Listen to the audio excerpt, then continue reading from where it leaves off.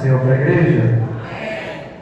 A paz do Senhor para a igreja? Amém. Você está feliz com Jesus? Diga amém. Amém. Aleluia. Abra sua Bíblia no livro de 2 Samuel, no capítulo 6. Nós vamos ler do versículo 3 ao versículo 8. 2 Samuel, capítulo 6, versículo 3. Quem achou, diga amém. Amém. Aleluia. Vou esperar você achar. 2 Samuel, capítulo 6, versículo 3. Quem achou, diga amém. Amém. Vamos à leitura. E puseram a arca de Deus em um carro novo e a levaram da casa de Abinadab, que está em Geba. E Uzá e Aiô, filhos de Abinadab, guiavam o carro novo. Repita comigo: guiavam o carro novo. E levando-o da casa de Abinadab, que está em Geba, com a arca de Deus, Aiô ia adiante da arca. Repita comigo: Aiô ia adiante da arca.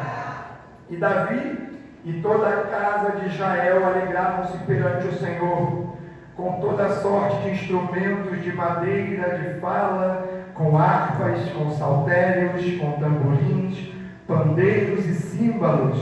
E chegando à eira de Nacon, estendeu Uzá a mão à arca e segurou-a, porque os bois deixavam pender.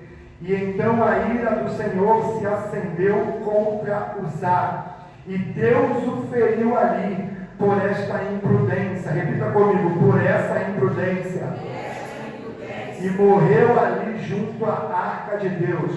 E Davi ficou triste porque o Senhor abriu uma rotura em Uzá, e chamou aquele lugar de Pérez-Uzá até o dia de hoje. Antes de você se assentar, eu quero que você nesse momento pense no motivo para glorificar ao nome do Senhor, e que já de agora você abra a sua boca para glorificar. Eu quero ouvir a igreja glorificando ao nome do Senhor, porque Ele é bom, porque Ele é justo, porque Ele é perfeito. Adora o nome dEle, glorifica ao nome dEle, pensa nos livramentos, nas obras, nos milagres que Ele fez na tua vida. Eu não vou começar a pregar enquanto a igreja não entrar no ambiente de adoração. Jesus Cristo quer adoração, então abre a tua boca e começa a bendizer e glorificar o nome dEle. Diga para Ele que Ele é santo, que Ele é santo, que Ele é maravilhoso, que Ele é perfeito, e que a glória seja dEle nessa noite. E você pode se assentar aplaudindo e bendizendo ao nome do Senhor. Aleluia, as palmas podem ser melhor para Ele. No final dessa mensagem você vai entender o porquê disso. Tem 5 semanas, irmãos, que Deus tem me dado essa mensagem. No mesmo capítulo, a mesma história. Mas a minha humanidade queria falar algo para a igreja. Eu queria nessa noite falar da glória de Deus na casa de Obed-Edom, que em 3 meses Deus abençoou a casa de Obed-Edom. Eu, no meu lado racional humano, pensei: Senhor, tem algumas semanas que o Senhor tem liberado uma palavra dura para a igreja. Falamos de Ageu, aonde Deus recobrou da igreja prioridade, aonde Deus recobrou da igreja selo pela obra. Falamos também sobre Gideão, e nós aprendemos, eu creio que você vai ter dificuldade de esquecer isso, que não se entrega cabritos para Deus quando eu tenho bois para oferecer. Quem lembra dessa palavra? E Deus estava nos ensinando através dessa palavra em dedicar a Ele o melhor que nós temos. Falei da última vez que eu estive aqui, há 3 semanas atrás, sobre o ministério de Pedro, o quanto Pedro teve que se submeter para que tivesse seu caráter moldado para atender os requisitos do céu. E eu, na minha humanidade, falei: Senhor, vou a igreja. O Senhor tem nos exortado, mas eu acho que a gente precisa ouvir uma palavra de encorajamento. E há 5 semanas, irmãos, eu tenho estudado esse texto. E aí é que está o problema. Se eu pregasse essa mensagem a partir do que eu quisesse falar, tudo bem. Mas eu fui orar. Eu fui estudar a palavra. E a palavra me confrontou. E o Senhor bradou no meu coração dizendo: Ricardo, o seminário é de restauração. O seminário não é de reforma. Reforma e restauração são coisas totalmente diferentes. Reforma, se eu quiser reformar essas paredes, eu posso consertar os buracos e pintá-la de azul. Afinal, reforma é dar uma nova forma. E Jesus, ele não quer dar uma nova forma para nós. Ele quer restaurar. A restauração é trazer de volta a imagem original. A restauração é resgatar os valores originais. E eu queria muito hoje trazer uma palavra que te fizesse pular dessa cadeira e massagear o teu ego, irmão, dizendo que a arca do Senhor na tua casa vai te fazer prosperar. Mas Jesus está nos tratando para esse momento chegar de forma saudável. A glória de Deus vai chegar nas nossas vidas. A glória de Deus vai chegar nesse ministério. Nós vamos ver coisas extraordinárias acontecerem. E se você quer, você já pode levantar a tua mão para receber. Deus tem coisas extraordinárias em pouco tempo para nossas vidas.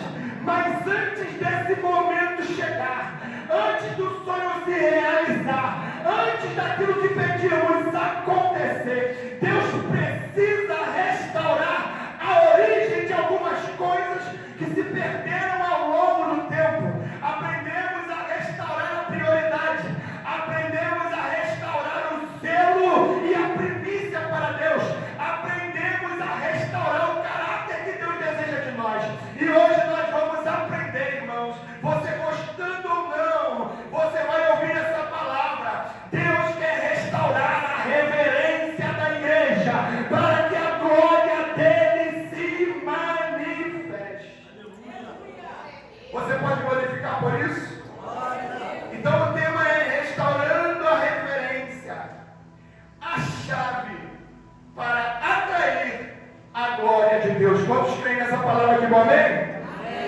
Então leia comigo a introdução. A glória de Deus, eu preciso que a igreja leia comigo. A glória de Deus é o tema, é a forma como nos relacionamos com ela, tem profundas implicações na nossa vida espiritual e nossa caminhada com o Senhor. Nos tempos de Eli e dos primeiros dias de Israel, a arca serviu como poderoso símbolo da presença divina entre o povo. Contudo, a história bíblica revela que a irreverência e a manipulação daquilo que é sagrado trazem consequências sérias. O tempo de Eli, nós já vamos entrar mais profundo nisso, foi um período terrível. Eles não valorizaram a presença de Deus como deveriam. E colheram frutos amargos dessa irreverência, dessa indiferença. Aí no tópico primeiro, diz que a arca é o símbolo da presença de Deus no Antigo Testamento. Para quem não sabe o que é a arca, está aqui, isso aqui é uma réplica da arca. Lógico, muito menor. A arca tinha 1,20 m por 75 centímetros e por 75 centímetros de altura. Mas a arca era propriamente dito isso aqui: um utensílio feito de madeira de acácia, revestido de ouro puro. Nas pontas dessa arca haviam 4 argolas, repita comigo, 4 argolas, 2 varas, 2 querubins. Dentro dessa arca haviam 3 itens que nós vamos falar aqui. O primeiro item está aqui dentro, não sei se está aqui. O primeiro item eram as tábuas da lei de Moisés. O segundo item era o pote de ouro com uma porção do maná que Deus enviava no deserto. E o terceiro item, a vara de Arão que floresceu. Dentro dessa arca estava o testemunho dos feitos e dos milagres que Deus realizou com o povo durante a travessia do deserto. Sobre a arca existia o propiciatório, essa tampa, e entre os querubins manifestava-se a glória de Deus, a Shekinah de Deus. Esse instrumento era a representação física de Deus no meio do povo. Deus tinha alguns requisitos para que o povo desfrutasse desse privilégio. A arca, ela só era acessada pelo sumo sacerdote uma vez por ano, no dia da expiação. Ninguém podia tocar na arca, ninguém poderia visualizar a arca. A arca era tão sagrada, e a arca é a presença de Deus, era tão sagrada, era algo tão santo, que a pessoa que tocasse nela morreria. Leia comigo o que significa aí as tábuas da lei. As tábuas da lei representam a vontade de Deus para com o povo de Israel. Assim sendo, as duas tábuas da lei apontam para aquele que foi o único capaz de cumprir perfeitamente a vontade do Pai. As tábuas da lei apontam para Jesus Cristo, porque nenhum ser humano foi capaz de cumprir a lei na sua totalidade. Leia comigo o que simboliza o vaso com o maná. Leia comigo. Espiritualmente, o maná simboliza a natureza e o caráter e a provisão do nosso Senhor Jesus Cristo como pão da vida. João 6,32, Jesus diz: na verdade vos digo que Moisés não vos deu o pão do céu, mas o Pai vos dá o verdadeiro pão do céu. Eu sou o pão da vida, e aquele que vem a mim não terá fome. Versículo 51 diz: eu sou o pão vivo que desce do céu, e se alguém comer desse pão, viverá para sempre. Então representa Jesus Cristo, lá no Antigo Testamento. A vara de Arão, leia comigo. A vara de Arão floresceu para vindicar a autoridade que recebeu de Deus para ser o sumo. Assim como a vara de Arão ter brotado atestava que ele era o escolhido de Deus, ou o ungido de Deus, e sacerdote designado por Deus a Israel, a ressurreição de Cristo dentre os mortos atesta o seu sacerdócio eterno, segundo a ordem de Melquisedeque. Jesus é o nosso grande sumo sacerdote, o único mediador entre Deus e os homens. Da mesma forma que uma vara morta floresceu para dizer que Arão era o escolhido, Jesus, mesmo morto, ressuscitou para que toda a terra entendesse que ele era o Messias, o Filho de Deus. Então, quando nós estamos falando da arca, na sua totalidade, nós estamos falando da presença de Deus. Nós estamos falando de Jesus Cristo. E nós vamos ver, irmãos, que o transporte dessa arca, eu estou começando devagar, mas você vai entender. O transporte dessa arca não poderia ser carregado nos braços, não deveria ser carregado em carros. A forma correta de carregar a arca, de carregar essa presença, de carregar o Espírito Santo, era através das varas. Repita comigo: com as varas. Não tinha outro modo de carregar a presença de Deus. E você que lê Bíblia, você conhece a palavra, você já está entendendo aonde eu vou chegar. Essa presença não se carrega de uma outra forma, que não seja a forma que o próprio Deus estabeleceu. Pode não ser a melhor forma aos teus olhos, pode não ser a forma mais confortável aos meus olhos, pode não ser do agrado da igreja, mas a ordem de Deus é que essa presença tem um modo certo de se transportar. E é sobre isso que nós vamos falar nessa noite. A Bíblia vai dizer que antes dos sacerdotes carregarem a arca, eles precisavam se purificar. Repita comigo: purificação. Santificação. Não adiantava fazer o modo certo de transportar se não estivesse em condições adequadas para transportar.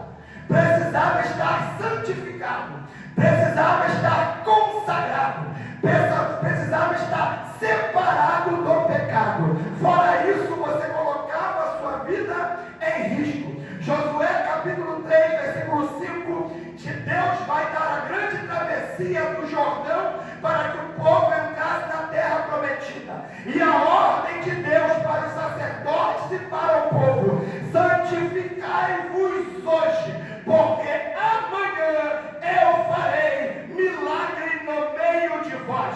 Antes do milagre acontecer, antes da glória de Deus intervir, antes de Deus agir ao teu favor, é necessário uma vida de santificação ao Senhor. Diga para o teu irmão agora, para ele, aponta para ele, diga: se santifica hoje. Diga para ele com força: se santifica hoje, porque tem milagre para a tua vida. Aleluia. E como é que era o tempo de Eli? Você sabe bem. Vou correr porque esse não é o ponto alto da mensagem, mas você precisa entender. Está aí na lição? Nos tempos de Eli, a condição espiritual do povo de Israel estava em estado alarmante de decadência e de irreverência. Eli, sumo sacerdote, juiz de Israel, tinha 2 filhos, Ofni e Finéias, que serviam como sacerdotes do tabernáculo. E infelizmente, eles eram conhecidos pela sua corrupção e pela seu desrespeito com as coisas divinas. Ofni e Finéias abusavam da sua posição. Eles cometiam pecados graves, extorquiam as pessoas nas ofertas, eles se prostituíam e tinham um comportamento imoral com as mulheres na porta do tabernáculo. Aleluia. Samuel, 1 Samuel 3,3 diz: e a lâmpada de Deus ainda não tinha se apagado. Era um momento de profunda irreverência. A presença da arca não colocava mais temor no povo. A liderança fazia o que queria, e o povo fazia como a liderança. Eles roubavam as ofertas, eles tinham comportamentos imorais, eles cometiam práticas que eram contrárias ao culto. E essa irreverência passou para o povo. Era um período terrível onde Deus não manifestava mais os seus milagres. E essa irreverência não é diferente dos dias de hoje. Há aqueles que entram e saem da presença de Deus do jeito que querem, fazem o que querem, fazem da forma que acham melhor, acham que podem viver no pecado e carregar a presença de Deus. Não tem integridade diante do Senhor. Não existe disciplina espiritual na casa do Senhor. E isso resulta na decadência espiritual do povo. E a consequência é Deus não atuar em nosso favor.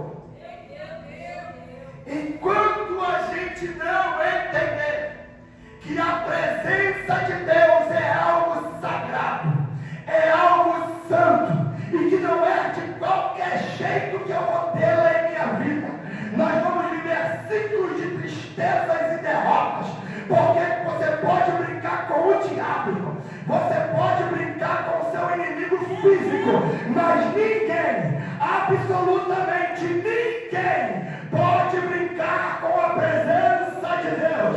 Oh, coisa terrível é cair nas mãos do nosso Deus. Aleluia! Assim como Israel sofreu, a igreja nos dias atuais também sofre. Igrejas impotentes, igrejas que não veem mais manifestação do poder de Deus.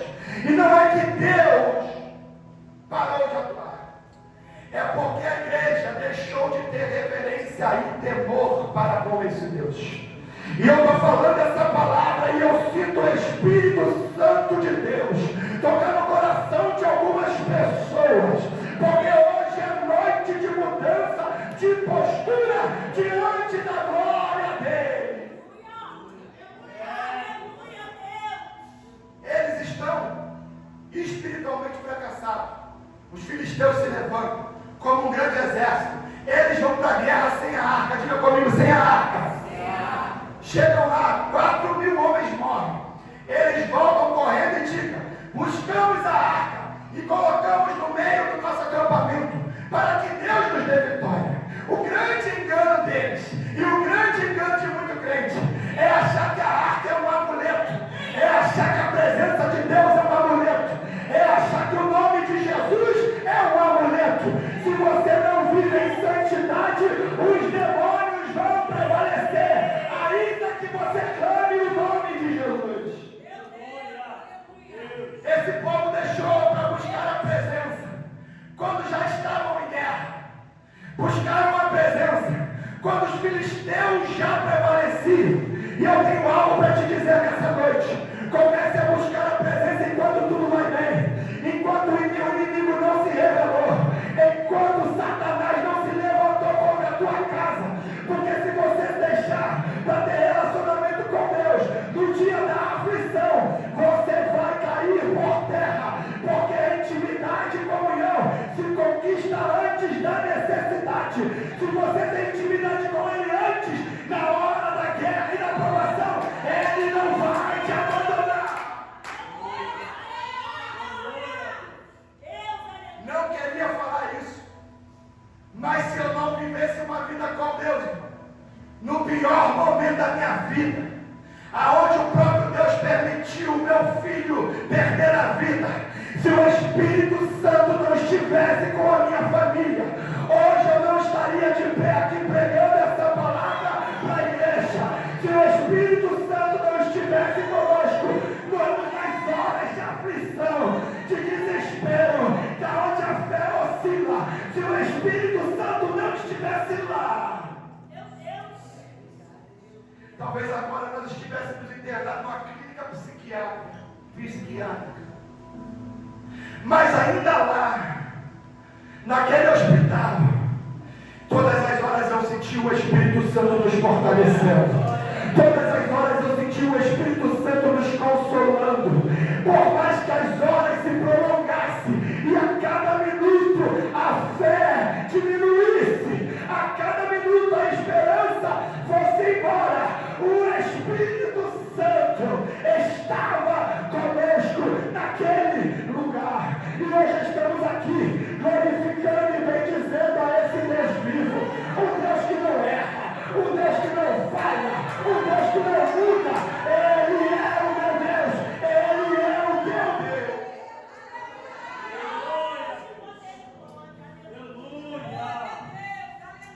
Eles deixam para o dia da aflição. Não tem relacionamento, não tem intimidade, não tem reverência, não valorizam a presença de Deus. Mas quando o calo aperta, corre para buscar a arca. Tem crente assim aqui nessa noite, e tem crente aqui em todos os lugares, que não é só aqui não, que não quer saber de Jesus, não quer a presença de Jesus, não quer conviver com Jesus, não quer renunciar por Jesus, mas quando o calo aperta, ele sabe o caminho, vem para a igreja, vem buscar a arca. Mas Deus nessa noite trouxe aqui, irmãos, e se você está aqui, essa palavra é para você, que Deus quer mudar essa tua forma de se relacionar com Ele. Comece a buscar a Ele na tua casa, Comece a buscar a Ele na tua vida diária. Não faça Jesus Cristo de amuleto. Em Atos, no capítulo 19, vai dizer que alguns exorcistas judeus estavam tentando expulsar demônios no nome de Jesus. Não queriam se converter, mas queriam o poder do Cristo ressuscitado. Tem gente que não quer se converter, mas quer a glória da arca. E usavam o nome de Jesus, em nome de Jesus, em nome de Jesus, em nome de Jesus. Pega a gente ungido, unge o marido, unge a porta, mas não quer nada com Jesus. Chega na porta, clama ao Senhor, o sangue do Cordeiro está sobre a minha porta, mas não quer nada com Jesus. Sabe o que aconteceu? Meu Deus. O endemoniado deu uma surra neles e os deixou nu e envergonhado. Meu Deus. Porque com a presença de Deus não se brinca. Se você quer o poder de Deus na tua vida, se submeta às regras dele. Diga para o teu irmão, Jesus não é um amuleto. Jesus não é um amuleto. Consequências da irreverência. Com a arca no campo de batalha, os judeus perderam a guerra. Houve uma crise em várias esferas da vida dele. Diga assim, houve uma crise em várias esferas. Quem brinca com a presença de Deus é pior do que brincar com o diabo. Porque eles na guerra perderam a guerra, militarmente sofreram. A consequência foi para a casa deles, que a Bíblia diz que ele, quando soube da notícia, caiu e quebrou o pescoço. Ofni e Finéia tinham morrido no campo de guerra. A esposa de um deles, ao saber da notícia, entrou em trabalho de parto, colocou o nome do filho de Icabod. Foi-se a glória de Deus. Ela morreu. E aquilo que era só uma derrota militar se tornou uma derrota familiar. E aquela derrota que era familiar se tornou uma derrota da nação. Porque a arca já não estava mais na presença, aonde ela deveria estar. E eu quero te dizer nessa noite, você pode ser o religioso que for, mas se você não tratar a presença de Deus com reverência, a presença de Deus vai sair da tua vida. E você vai ficar entregue aos seus próprios destinos. O inimigo prevaleceu. A Bíblia vai para a cidade de Asdod.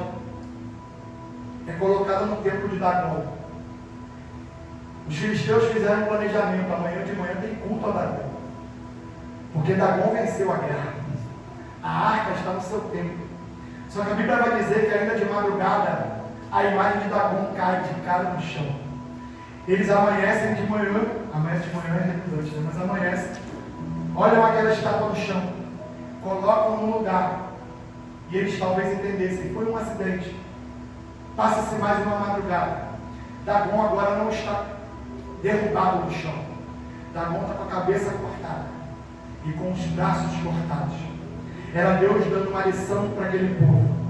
Israel perdeu, mas o Deus de Israel nunca perde. O sinal que você teve algum tipo de derrota na tua vida não quer dizer que Deus deixou de ter poder sobre todas as coisas. A tua derrota não invalida o poder de Deus, porque no tempo de Dagom, que achava-se vencedor, Dagom caiu com a cara na terra, e aonde está a presença de Deus, os demônios têm que cair por terra. E nessa noite, eu creio através dessa palavra, que demônios estão caindo por terra, ainda que eles tenham a leve sensação de vitória, hoje eles perderam. Aleluia.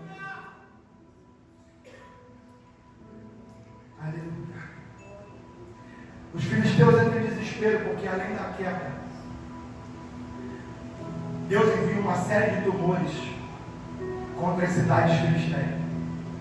E eles entram no desespero, porque eles querem se afastar da arca. Diga comigo, se afastar da arca. Não, foca bem forte para você gravar isso. Se afastar da arca. O que os filisteus querem? Se afastar da arca. Ok. Eles querem se afastar da arca. Então eles têm a genial ideia. Vamos tirar a arca do nosso meio. Porque nós não queremos a presença desse Deus aqui. E como é que eles decidem botar a arca para longe? Eles decidem fazer um carro de boi. Porque Porque carregar a presença em carro de boi não é para quem quer estar perto, é para quem quer se afastar da presença. E se você tivesse entendido essa mensagem, você já estava glorificando o nome do Senhor.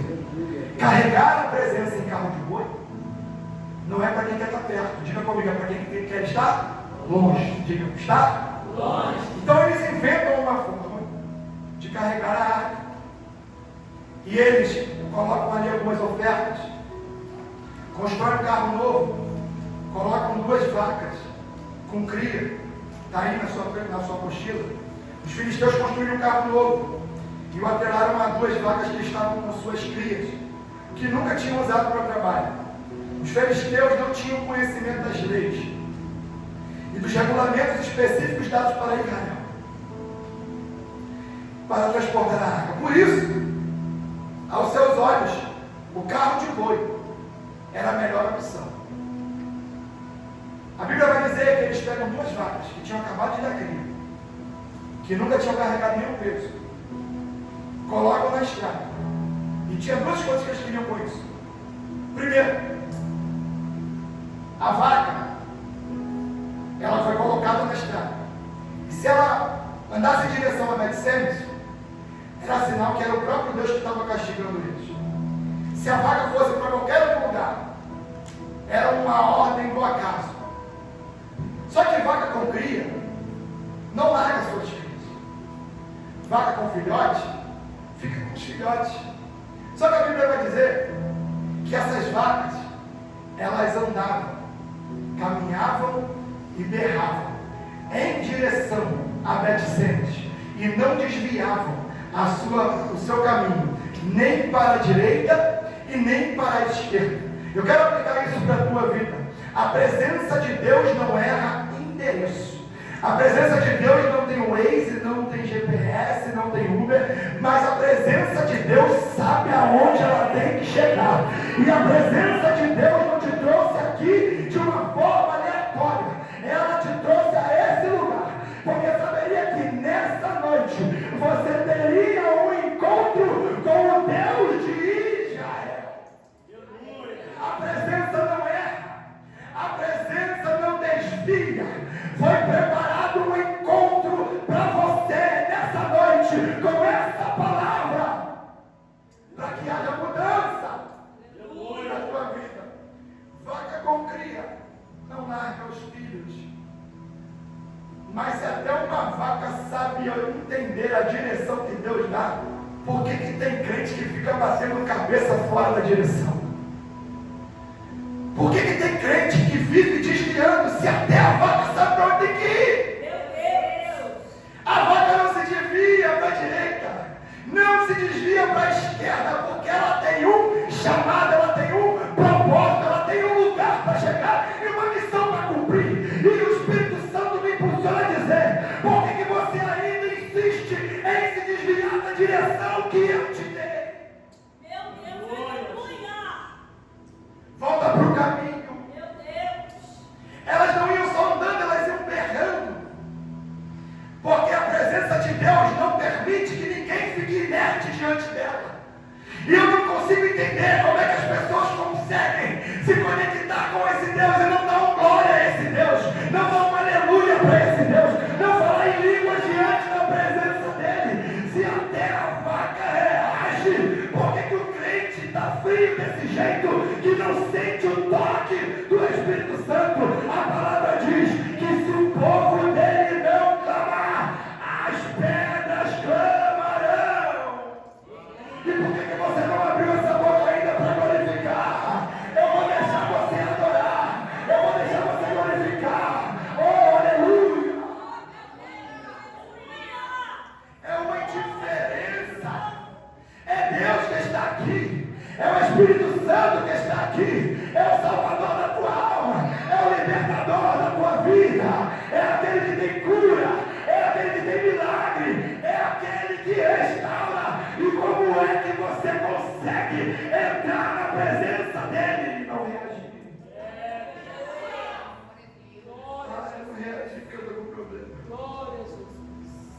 Eu não reagi porque eu não paguei minha conta. Eu não reagi porque eu estou triste. Meu Deus! Você não conhece Deus.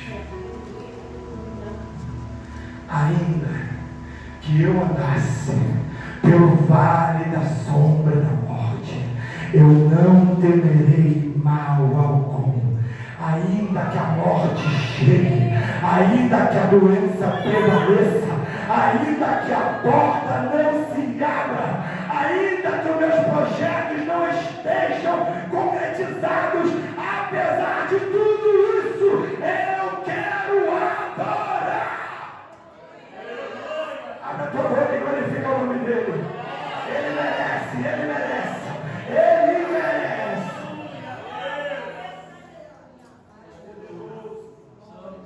Chega em Betsemes. O povo de Deus se alegra. Repita comigo, o povo se alegra. A arca voltou. E eles pensaram, agora nós estamos bem, a arca voltou. Só que a arca voltou e eles acham que pode fazer o que querem. Deus deu uma ordem que ninguém podia tocar na arca. Se não pode tocar, como é que eu abro uma arca sem tocar nela? Não tem como. A Bíblia vai dizer que os homens de Betsemes, os crentes de Israel, simplesmente não só tocaram, mas como abriram. E esses crentes de Betsemes são aqueles crentes que acham que pode tudo na presença de Deus. Acham que pode fazer o que quer com o sagrado. Eles não querem mais ter reverência. Acha que pode pregar de qualquer jeito. Acha que pode interceder de qualquer forma. Vou melhorar isso para você entender. Acha que sábado pode estar bebendo cerveja e no domingo está tocando nas coisas sagradas. Afinal, a presença voltou. A reverência deles, eles estão alegres, mas estão irreverentes. E eu quero te dizer uma coisa muito séria. Não confunda a alegria com irreverência, porque na tua alegria você continua tendo que ser santo. Tem gente que no momento de alegria acha que pode tudo. Tem gente que é só porque Deus está fazendo algo, pode tudo. E Deus está falando nessa noite, vamos restaurar a reverência. Eu continuo sendo Deus e você criatura. Eu continuo sendo Senhor e você servo. Aleluia. Então eles tocam na arca, tocam no sagrado, sem se santificar. Só quem podia carregar a arca eram os da tribo de Levi, da descendência de Coate. Não era nem todos os levitas, era só esses. Mas eles mesmo assim não podiam tocar. Nem o sumo sacerdote podia tocar. Mas esse povo irreverente tocou na arca. Sabe o que aconteceu? 50.070 pessoas morreram. A presença de Deus é tão sagrada que quem acha que faz o que quer com a presença dele está colocando a sua vida em risco. Às vezes não morre de bala perdida, não morreu de Covid, não morreu de outros problemas, mas morre por causa de irreverência. A Bíblia diz, antes de tomar ceia, se avalie, para que isso não seja para a sua condenação, para que você não fique doente. Tem gente que tem coragem de pecar a semana inteira e no domingo de Santa Ceia tomar a ceia, como se nada tivesse acontecido. Deus está falando, volte à reverência que eu te ensinei. As pessoas entram no culto hoje, começam a adorar e dobram os seus joelhos. As pessoas pregam hoje e não tem momento de intimidade na sua vida cotidiana. As pessoas hoje querem cantar, mas não tem uma vida consagrada. A mesma boca que louva a Deus, louva aos demônios. E Deus está falando nessa noite, para o cenário mudar, aquela postura tem que mudar. Irmão, sinceramente, Deus está preocupado com aquele prédio. Deus está ocupado com a glória que Ele quer manifestar nesse, para que seja transportada para aqui. Aquilo ali, sem a presença de Deus, é só um prédio vazio de cimento. Deus quer um ato de reverência da igreja para Ele se revelar com poder e glória nesse lugar. Aleluia, Deus. Glória. Eles são irreverentes. A Bíblia vai dizer que a arca vai para a casa de Abinadab em Kiriat Jearim, ficar lá 20 anos, eu vou correr. Durante esse tempo, Saul vira rei, você não vai encontrar referência bíblica de Saul tentando buscar a arca. Saul acha que ele vai ter um governo independente. No começo ele até engana ali, que ele é fiel a Deus, mas logo depois a máscara cai. O reinado de Saul representa um reinado de alguém que quer governar sem a presença de Deus, independente de Deus, não fazendo a vontade de Deus, fazendo a sua própria vontade. Não preciso dizer que o reinado de Saul durou 40 anos e foi falido. Perdeu batalhas, perdeu parentes, viu seu amigo mais fiel, que era Davi, ter que ir para longe. Saul virou um ciumento, ficou maluco, ficou demente, ficou retardado, endemoniado. E o final do reinado de Saul foi ele se lançando sobre a espada, se suicidando, vendo a sua casa perecer. Um governo sem a presença de Deus, o resultado é esse: falência, derrota, tristeza, desespero. Só que a Bíblia vai dizer, e estamos aí no ponto 8, que Davi assume o reinado. E Davi entende, leia comigo, ponto 8 do seu apostila. Ainda não chegamos aonde eu quero. Davi assume o reinado da nação. E ao contrário de Saul, que nunca tentou trazer de volta para a presença do reino, a arca, organiza uma comitiva de 30.000 homens para buscar a arca na casa de Abinadab. Ele já sabia que não seria bem sucedido sem a presença de Deus. E por isso a presença de Deus no reinado de Davi seria uma prioridade. Lá em 1 Crônicas, no capítulo 13, no versículo 3, diz: vamos buscar a arca, porque não a buscamos dos tempos de Saul.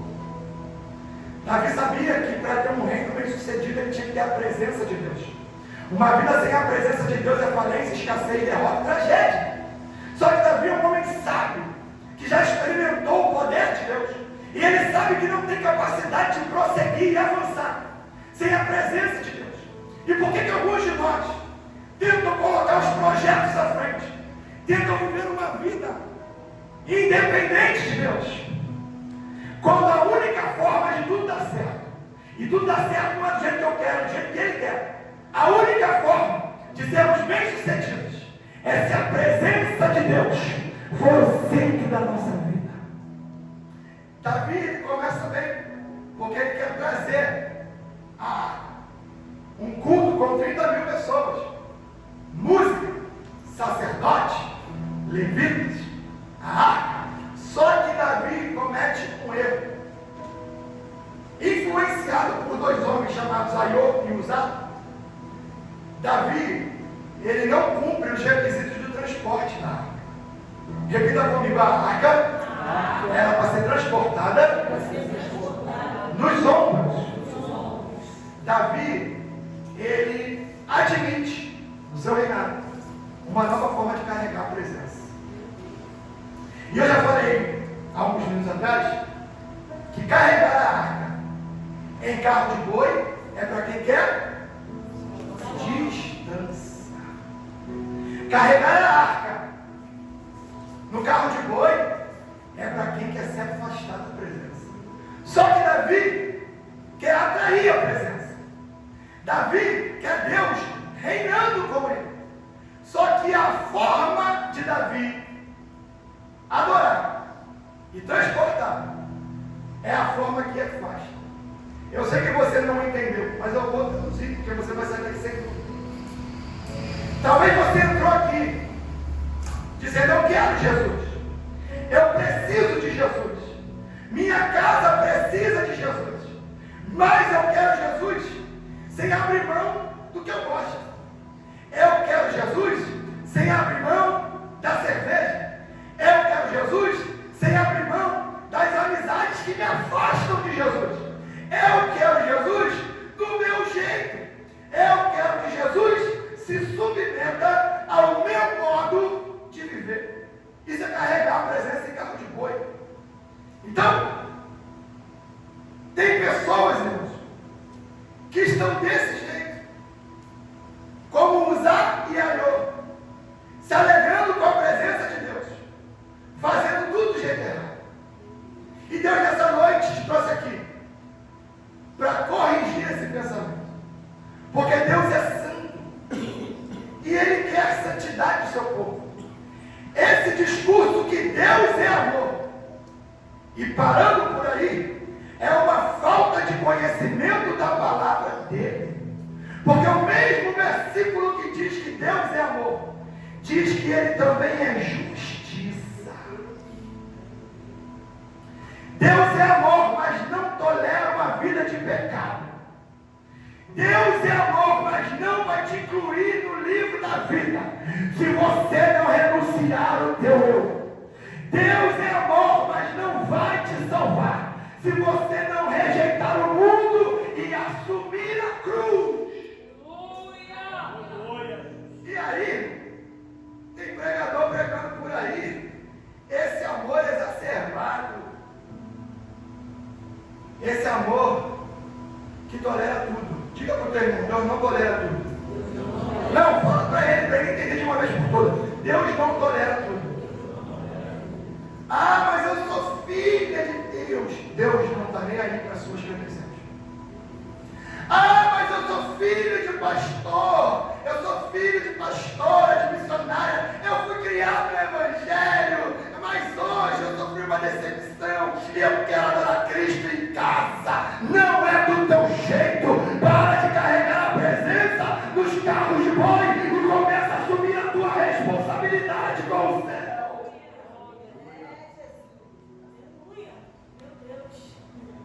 Leia aí o 8.2. A arca no carro de boi. Os aiaiô lideraram o transporte, mas de uma forma diferente. Ao invés de ser transportado nos ombros, foi transportado no carro de boi. Esse modelo é o transporte, é o modelo de transporte de filisteu. E tem gente que quer carregar a presença igual filisteu carrega. Filisteu é o mundo. Filisteu é quem está lá fora. É por isso que tem tanta modernidade dentro da igreja. Os aiaiô estão preocupados com Deus, não estão ocupados com a massa. Eles querem criar um método de adoração que agrade as pessoas. Os 30 mil que estão na procissão. É por isso que nos dias atuais, os aiôs e os usais da vida colocam festa junina dentro da igreja. Se você não concorda, não tem nada a ver com isso, mas eu vou falar. É por isso que os usais do dia de hoje colocam bloco de carnaval dentro das igrejas. É por isso que as lideranças como esses homens toleram a homossexualidade, a infidelidade, o adultério, a fornicação. Jovem faz o que quer, o homem faz o que quer, a mulher faz o que quer. Está no pecado, mas pode servir ceia. Está no pecado, mas eu não vou te afastar do teu cargo. Eles querem a tua admiração, mas é melhor ficar mal com os homens e bem aos olhos do céu do que ter uma multidão te aplaudindo e ficar sozinho sem a presença de Deus.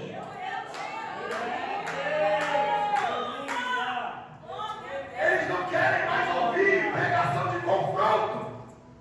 Querem os coaches que massageiam o teu ego.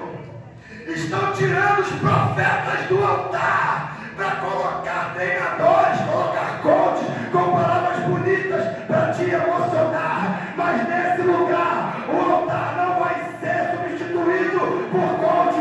Aqui tem profeta para dizer para você que o céu é só o único caminho, que o caminho é apertado, que não pode olhar para trás, que Jesus é a única forma.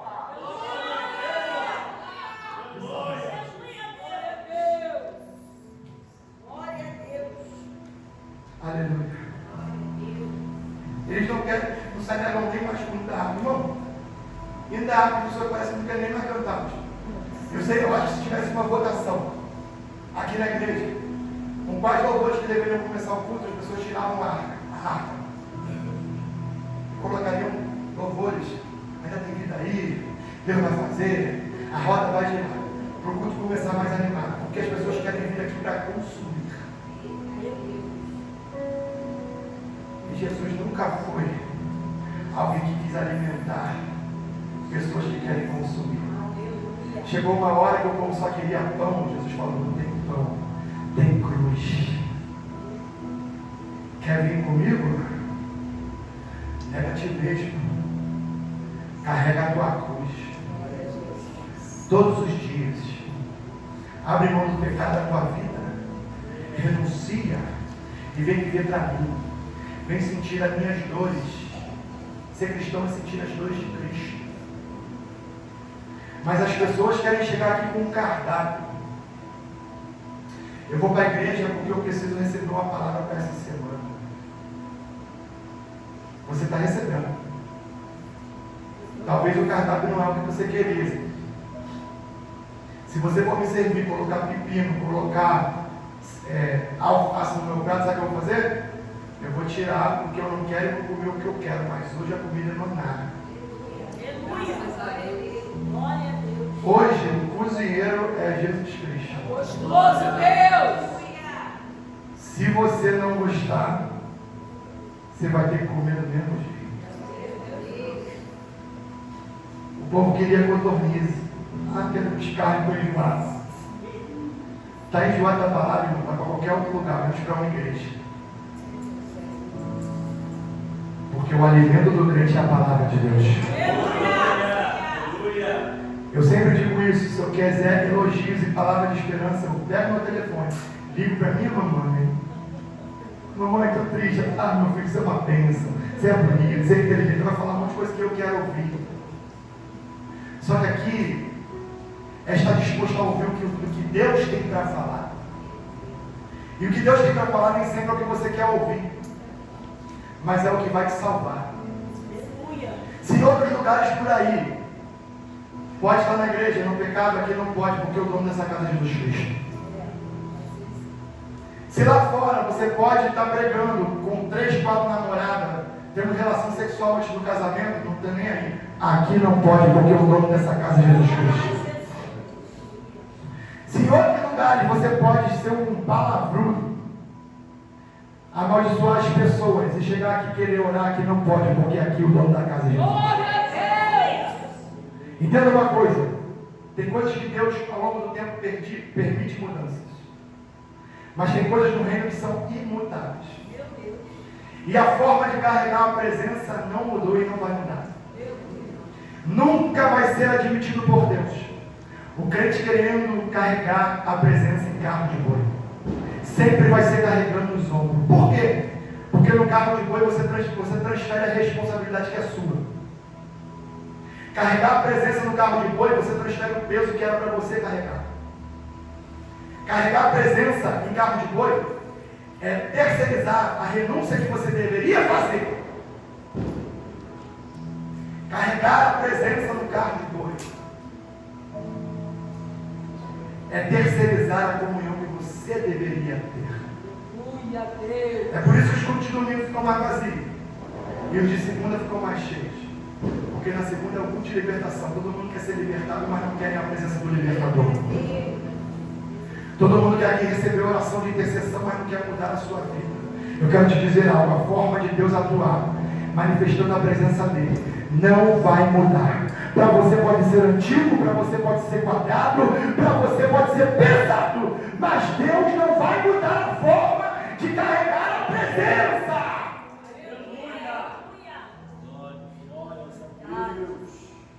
Aleluia. Glória, você já pode glorificar isso? Eles queriam carregar a arca sem renúncia, sem lágrimas, sem esforço, sem cruz. Os crentes de hoje não querem carregar a presença para a cruz, não, irmão. Por isso que passou a prova desvia. Porque não querem o evangelho da cruz. A Bíblia vai dizer, se não me falha a memória, em Colossenses: crucificai os vossos membros. Quer ter mais intimidade? Crucifica o teu eu. Quer ter mais presença? Crucifica a tua vida para Jesus Cristo. Eles querem empurrar a presença, eles querem que alguém leve a presença e que eles desfrutem dessa presença. Só que a presença foi feita para carregar nos ombros. Olha aí o ponto 9. Estou carregando no fim. Carregar a arca nos ombros. Portanto, nos lembra que estamos chamados para carregar a presença de Deus em nossas vidas diariamente. Isso significa que viver de maneira que honra a Deus, buscando continuamente a comunhão e permitindo que Jesus Cristo seja um mediador que nos conecta com o Pai. Assim como os levitas carregavam a responsabilidade da reverência, somos chamados a viver de forma que a presença de Deus seja visível e palpável em nossas ações, palavras e atitudes. Que é a presença de Deus? Quem que é a presença de Deus, diga amém? Assume a responsabilidade do peso de carregar. Porque o crente tem livre-arbítrio, mas não faz o que quer. Ah, eu nasci assim, eu fui criado assim, eu sou assim. Mas se você quer carregar a presença, é do jeito dele. Fala para o teu irmão, você quer a presença dele? Quando eu venho embora, faça forte. Você quer a presença dele? Transporta do jeito dele. Olha para cá. A águia era para ser transportada aonde? Diga, nos ombros. Essa vara ficava nos ombros, apoiada nos ombros. Era uma arca de ouro, de madeira, pesada. O peso era sobre, diga, os meus ombros. Não é o ombro do outro, é o meu ombro. Porque o carro de boi vem para aliviar peso. Se você não quer passar peso em prova, irmão, mas quer a presença, você está indo ao contrário da Bíblia. Vara nos ombros. Essas varas tinham que passar por 4 argolas. 1, 2, 3, 4. Repita comigo. 4 argolas. O homem não podia tocar na arca. E a única forma de ter acesso à arca, que era a presença de Deus, era pelas varas. E essas varas tinham que estar conectadas às argolas. As argolas apontam para a cruz de Cristo, para as 4 pontas da cruz.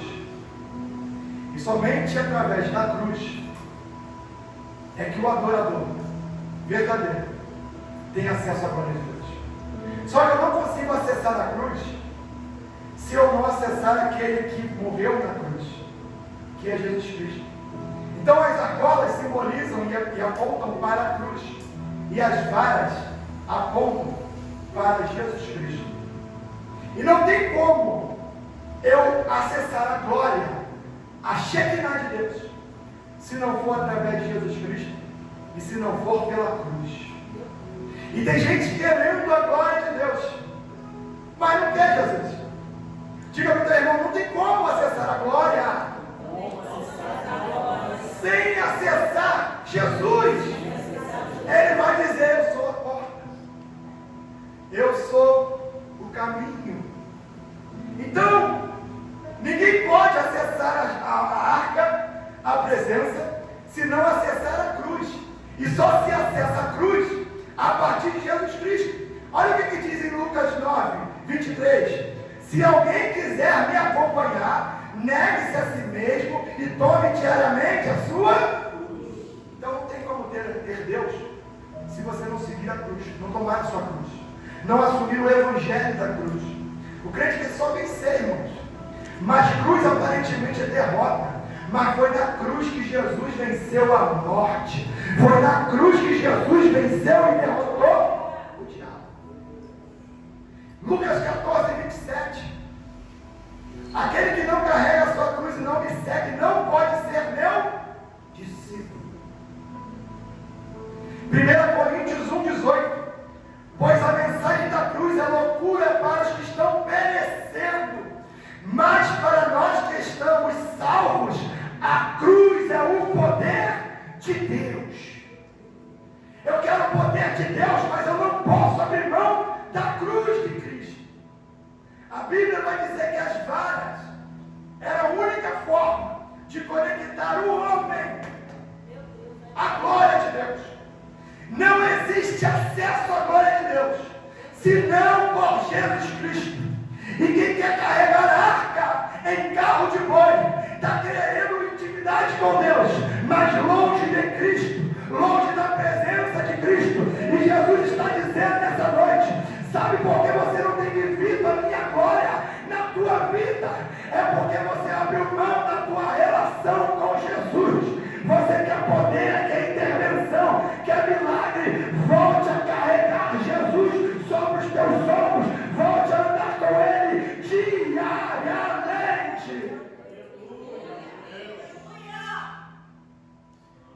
E eu quero te fazer uma pergunta para você sair gravando isso aqui. Você está carregando a arca ou a presença de Deus? Nos carros de boi ou nos ombros? Porque enquanto os anos morrem, ainda tem hora de mudar o modelo. Vou melhorar para você. Enquanto as coisas não apertaram, ainda tem conserto. Enquanto as coisas não aconteceram, Jesus não trouxe juízo, ainda dá para mudar a postura. E nessa noite Jesus quer que você saia cheio da presença de Deus. Mas com Jesus nos teus ombros diariamente. A Bíblia vai dizer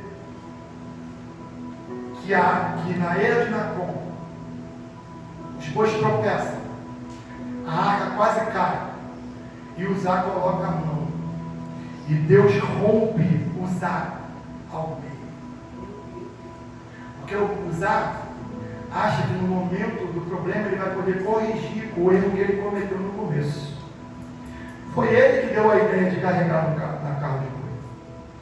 Foi ele que deu a ideia de ir do lado adorando e não levando nos ombros. E na hora que aperta, ele acha que vai poder consertar as coisas. Só que era tarde demais. E eu quero te dizer algo.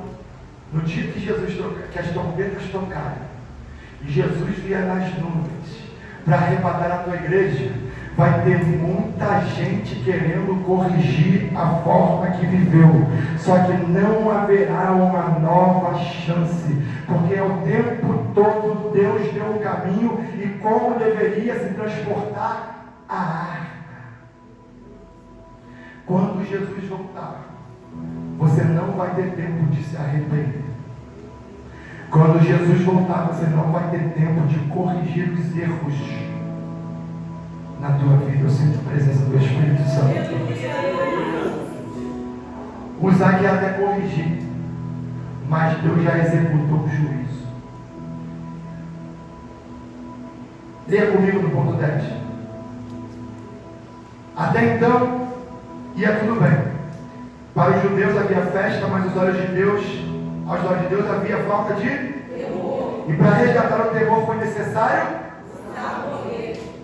porque Davi e o povo para que Davi e o povo entendesse que Deus continua sendo santo e exige do seu povo santidade. Precisou Uzá morrer para que Davi entendesse que a forma que estava sendo carregada a presença era irreverente aos olhos de Deus. Eu quero falar algo muito sério para a igreja hoje. Você vai esperar alguns Uzás morrer na sua vida. Você vai esperar algumas áreas da tua vida saírem do eixo. Você vai esperar ter perdas. Você vai esperar sofrer o juízo para voltar a temer a Deus. As pessoas hoje fazem uma obra relaxadamente. Vou pegar esse gancho. Fazem relaxadamente. Eu lembro de um tempo que para limpar o altar tinha um pano separado somente para o altar. Mas hoje é normal limpar o altar com um pano do banheiro. Perderam o temor. Antigamente, para se dirigir uma consagração, se passava a madrugada em jejum e oração. Hoje em dia basta acordar e vir para a igreja para revelar no olho. Perderam o tempo. Antigamente, para tomar a ceia, as pessoas passavam horas se observando, trazendo à memória o que fizeram de errado. Mas hoje em dia, onde eu posso ter bebido uma taça de cerveja, onde eu posso ter falado mal das pessoas, onde eu posso ter feito qualquer coisa mundana, e hoje eu posso ouvir tomar a ceia do Senhor. Perderam o temor. E a pergunta do céu para nós é: vai esperar Jesus sacudir o templo, virar a mesa, colocar para fora, ou vai corrigir a tua vida com Deus? Ou vai voltar a ter reverência com aquilo que é sagrado? Antigamente tinha gente que nem subia no altar, porque via o altar de uma forma tão sagrada, que não pisava no altar. Hoje as pessoas sobem, mesmo estando na vida de pecado, e acham que está tudo bem. Jesus, ele não quer virar a tua mesa, ele está te aconselhando a você mudar, antes que seja necessário ele jogar tudo para o alto. Você pode dar um amém por essa palavra? Amém. Eclesiastes 5, versículo 1, a palavra diz: guarda o teu pé quando entrares na casa de Deus. Êxodo 3, 5. Deus diz a Moisés: não se aproxime, Moisés, antes tira a sandália dos teus pés, porque o lugar em que você pisa, repita comigo, é santo. Hebreus 12, 28. Portanto, já que estamos recebendo um reino inabalável, sejamos agradecidos e assim adoremos a Deus de modo que Ele aceite, com reverência e temor, pois o nosso Deus é fogo consumidor. 1 Pedro 15 e 16. Mas assim como é santo aquele que os chamou, sejam santos vocês também em tudo o que fizerem, pois assim está escrito: sejam santos, porque eu sou santo. 1 Crônicas 16, 29.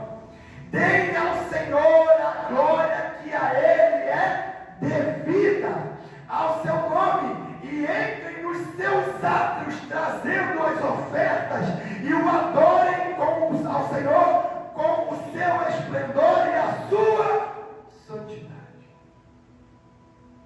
Chega de irreverência na casa de Deus. Deus quer manifestar glória, e Deus não quer imputar perdas, mas se for necessário, assim Ele vai fazer. E termino. Aleluia. Os amorres. Eu sei que eu já passei 5 minutos do tempo, pastor. Os amorres. Davi para o culto. Davi fala para os músicos: cesse o louvor. Fala para os levitas: parem com tudo. Porque nós estamos apresentando um culto para o Senhor. Mas o dono do culto não está se agradando. Parem tudo.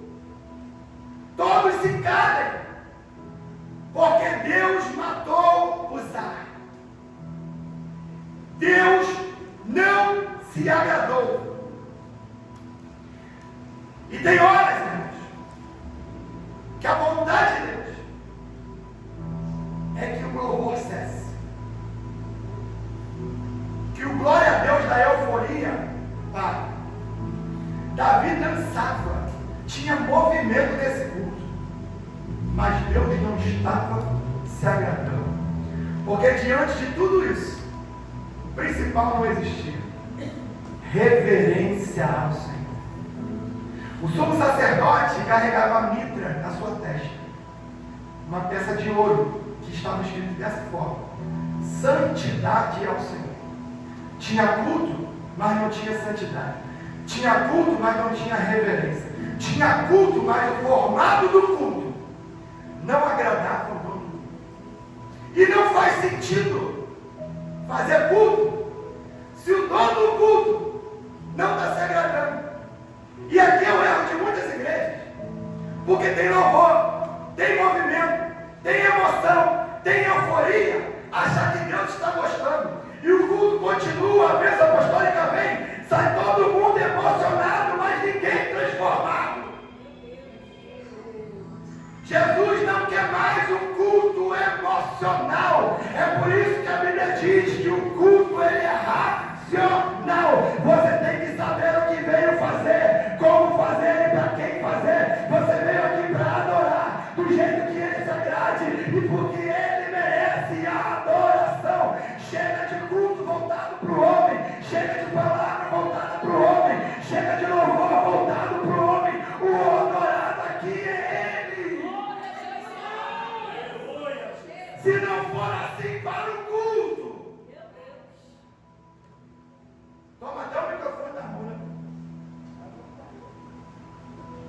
se não for para enaltecer o nome de Cristo para o culto,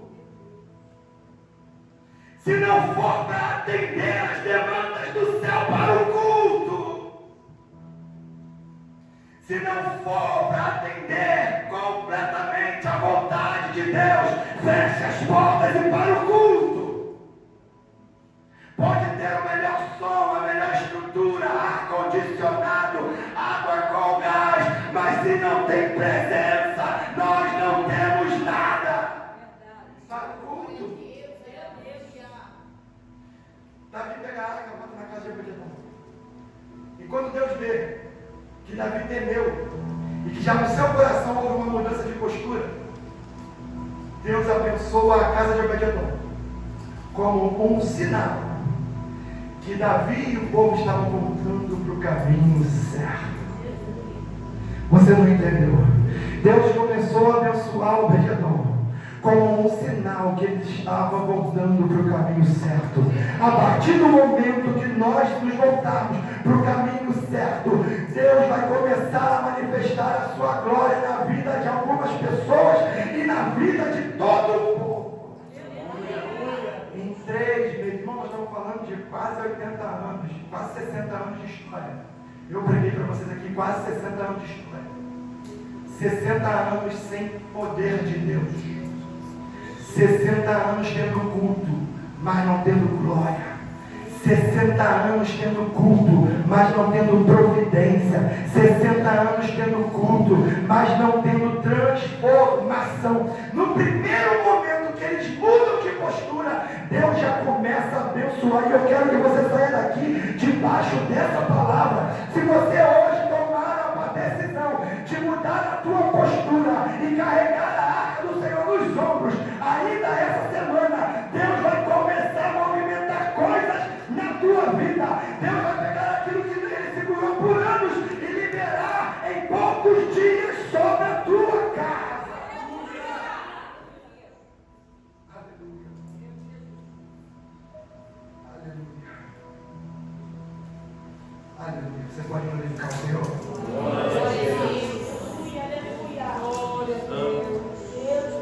Davi agora chama a tribo de levitas, os coatitas, a tribo certa.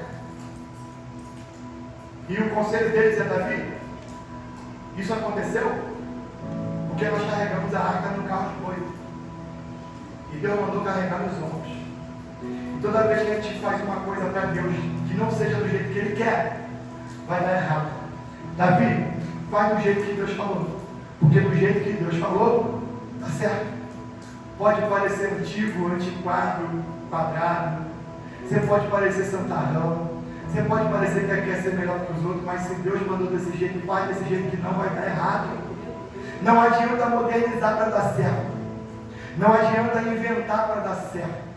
Não adianta dar jeitinho. Chega de dar jeitinho, irmão. Se arrepende logo, se converte logo, se entrega logo no altar. Vem aqui na frente e se derrama para Ele. Confessa para Ele. Chega dessa vida dupla de eu quero Deus, mas também quero ser igual o filisteu. Toma uma decisão hoje, porque a partir do momento que você fizer do jeito certo, as coisas vão começar a dar certo.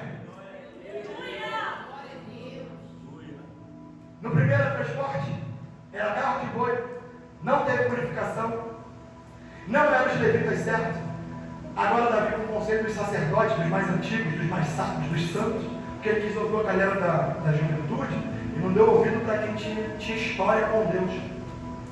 A Bíblia diz que essa irreverência do primeiro culto, ela não acontece no segundo. Eles andavam, cantavam, pulavam, rodavam, mas agora, a cada 6 passos, Davi sacrificava ao Senhor. A cada 6 passos, Davi sacrificava ao Senhor. Alguns historiadores vão dizer que são 30 quilômetros de distância. Você imagina 30 quilômetros andando desse jeito. 6 passos, um sacrifício e adoração. 6 passos, sacrifício e adoração. Era Davi dizendo: eu nunca mais vou me permitir caminhar de forma indiferente na tua presença. A cada passo que eu vou, vai ser um passo de adoração em direção à tua vontade. Se eu vou no trabalho, eu te adoro.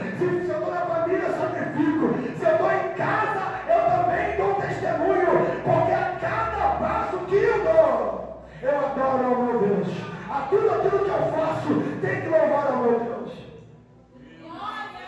Encerra. Agora encerra de verdade. Davi no primeiro transporte, se não me falha a memória, Davi não troca suas vestes. Mas no segundo transporte, Davi tira as suas vestes reais e coloca uma roupa de linho. Porque não tem como ter dois reis no mesmo reino. Aleluia. No primeiro transporte, Davi era o rei e Jesus e Deus era só uma presença. E essa inversão de papéis trouxe desgraça. Mas agora, depois que foi advertido, Davi entende: eu sou rei na terra, mas sobre mim existe o rei da glória. E quem tem que receber a majestade, o louvor e a adoração não sou eu. Por isso eu tiro as minhas vestes de rei e coloco as minhas vestes de adorador. Porque nesse ambiente, o único que é digno de adoração é o rei da glória. Há uma mudança completa de postura da parte de Davi. E grande engano é daqueles que querem prestar um culto a Deus, mas eles levarem a glória de Deus. E Deus está falando nessa noite: é hora de tirar as suas vestes reais, é hora de abrir mão dos seus títulos terrenos, porque diante da igreja está o Rei da Glória, o Senhor dos Senhores, aquele que é digno de todo o louvor. A Ele toda a terra se dobrará, e todo joelho se dobrará, e toda língua confessará. Deus nessa noite quer uma mudança de postura. Deus quer reverência. E reverência é se colocar no seu lugar. A igreja é a noiva e Ele é o noivo. Ele é quem comanda, é Ele que faz. Chega de dar jeito, conserte a tua vida hoje, porque Deus quer manifestar a sua glória na sua vida. E eu agradeço a minha oportunidade em nome de Deus.